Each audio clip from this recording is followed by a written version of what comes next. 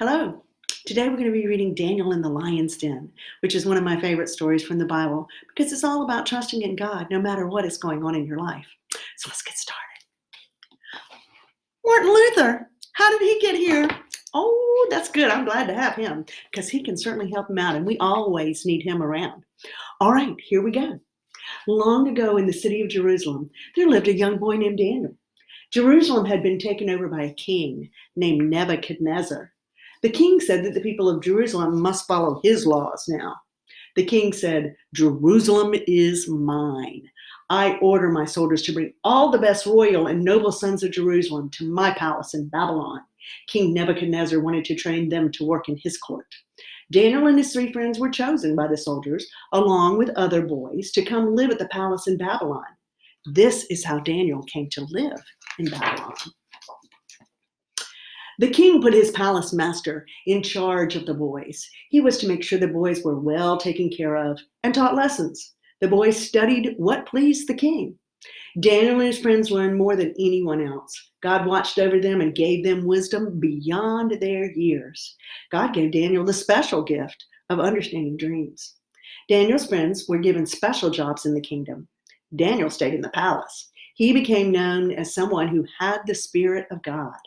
Daniel explained what no other person could explain. He served King Nebuchadnezzar and every king after him. Years later, King Belshazzar had a party. During the party, a huge hand appeared and made strange writing on the wall. The king did not understand what it meant. Someone told the king that Daniel might be able to explain it. The king had Daniel look at the writing. Daniel told him, "You rebelled against the Lord of heaven. You worshipped other gods. You thought they were better than he is." The king thanked Daniel and gave him a very important job in the kingdom. The next king, named Darius, planned to give Daniel an even more important job. This made some of the other workers angry. These other men tried to find something to make Daniel look bad, but he had done nothing wrong. They needed a plan. They were going to trick the king. They went to King Darius and said, "We think that for the next 30 days, you should make a law that people can only pray to you. If they pray to anyone else, they will be thrown to the lions." That would be nice, thought the king. He signed the paper. He did not realize what the evil men were planning. Daniel heard about the law, but since he was a faithful servant of the Lord, he continued to pray to God. He would kneel down in front of the open window upstairs and pray. The evil men saw him pray. They knew their plan had worked. Quickly, they ran back to King Darius. They said, "Didn't you sign a law that said no person should pray to anyone except to you?" "That's correct," answered the king. "Otherwise, they will be thrown in the lion's den." "Daniel doesn't listen to you," the men reported. "He continues to pray to God. He must be punished, as you said." King Darius could not believe what had happened. He had never meant to hurt Daniel. He tried and tried to find a way to save Daniel, but a law signed by the king could not be changed. There was nothing he could do. The guards got ready to throw Daniel into the den of lions. King Darius wanted to talk to Daniel. He went to Daniel and said, "May your God, whom you faithfully serve, keep you safe."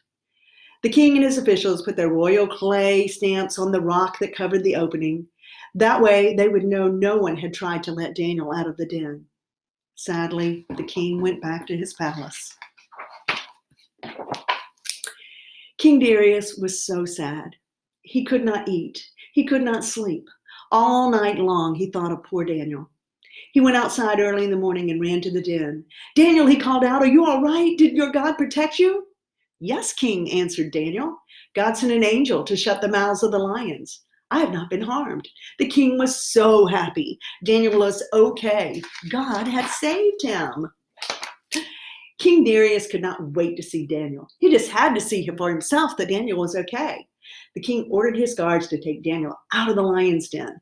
Many men came to remove the stone from the opening. The royal seal was still there. They lifted Daniel out of the den. King Darius greeted Daniel warmly. Then he made sure he was unharmed. "I'm so glad you are not harmed," said the king. "Your God protected you." King Darius went back to the palace.